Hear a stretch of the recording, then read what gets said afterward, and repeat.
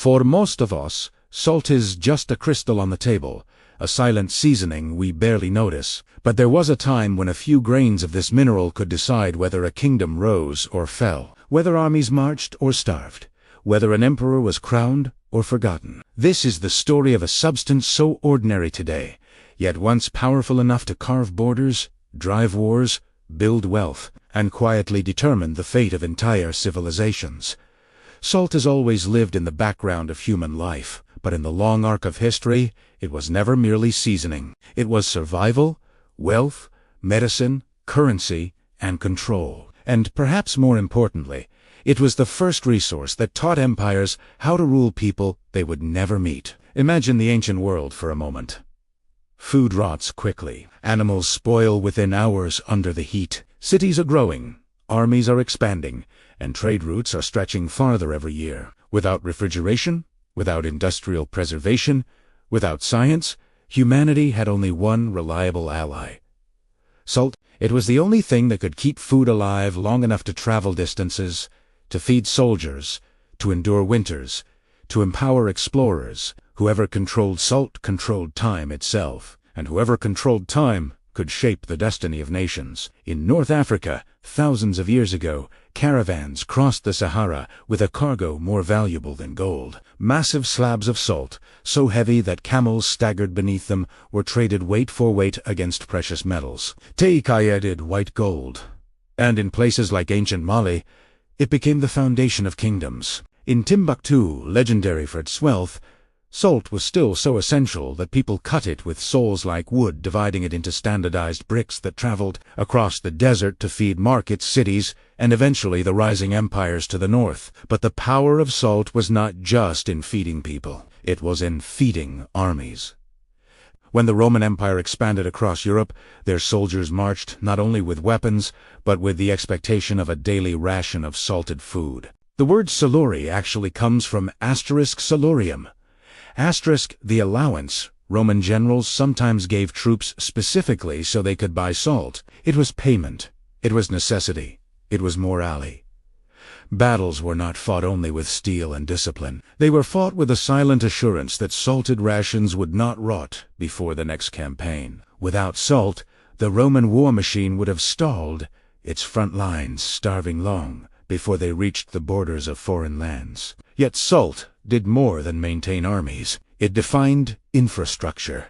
The Romans built entire roads, some still visible today, solely for transporting salt from coastal pans to inland cities. These were the empire's invisible arteries, carrying a mineral that held greater power than anyone could publicly admit. And as Rome's influence grew, so did the realization that salt could be taxed, not because it was exotic, but because no one could live without it. From that realization, a new form of political control was born. Governments learned that the most effective way to influence populations was not always through force, but through controlling the things everyone depended on. If people need salt to survive, then salt becomes the quiet instrument of authority. Centuries later, empires across Asia, Africa, and Europe adopted the same strategy. China built one of the first state monopolies on salt, funding vast bureaucratic systems, paying soldiers, building fortifications, and even fueling technological research,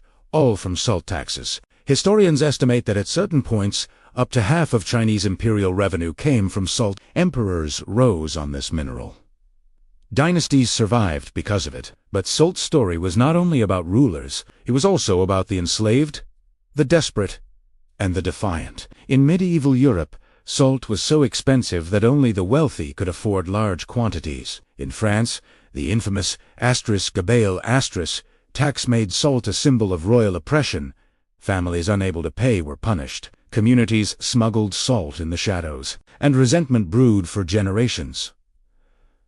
Eventually, it contributed to a broader anger that helped ignite the French Revolution. A mineral on the dinner table helped topple a monarchy. Yet nowhere is salt's political power more visible than in India. For centuries, the British Empire understood the same truth the Romans had known: control salt, and you control people. They outlawed independent salt production. They forced millions of Indians to buy heavily taxed British salt, and they jailed anyone who dared evaporate seawater for their own use. It was economic domination, disguised as regulation. Quiet, simple, invisible, yet devastating. Then, in 1930, a man in a simple cotton robe decided to challenge an empire with nothing but his feet and a handful of salt water. Mahatma Gandhi walked more than 200 miles toward the Arabian Sea, followed by crowds who grew with every village he passed. At the shore, he bent down, scooped up a crust of salt left by the tide,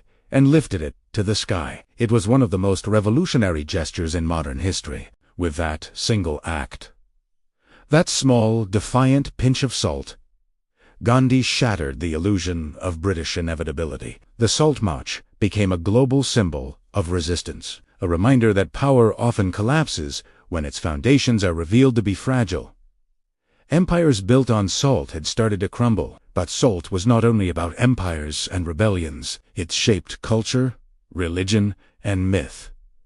In Japan, salt purified spaces. In Judaism, it sealed covenants. In Christianity, it symbolized permanence and blessings. In Africa, it bridged tribes and markets. In Europe, it preserved herring that fed entire populations, allowing cities to grow and economies to flourish. Salt's quiet presence appears everywhere.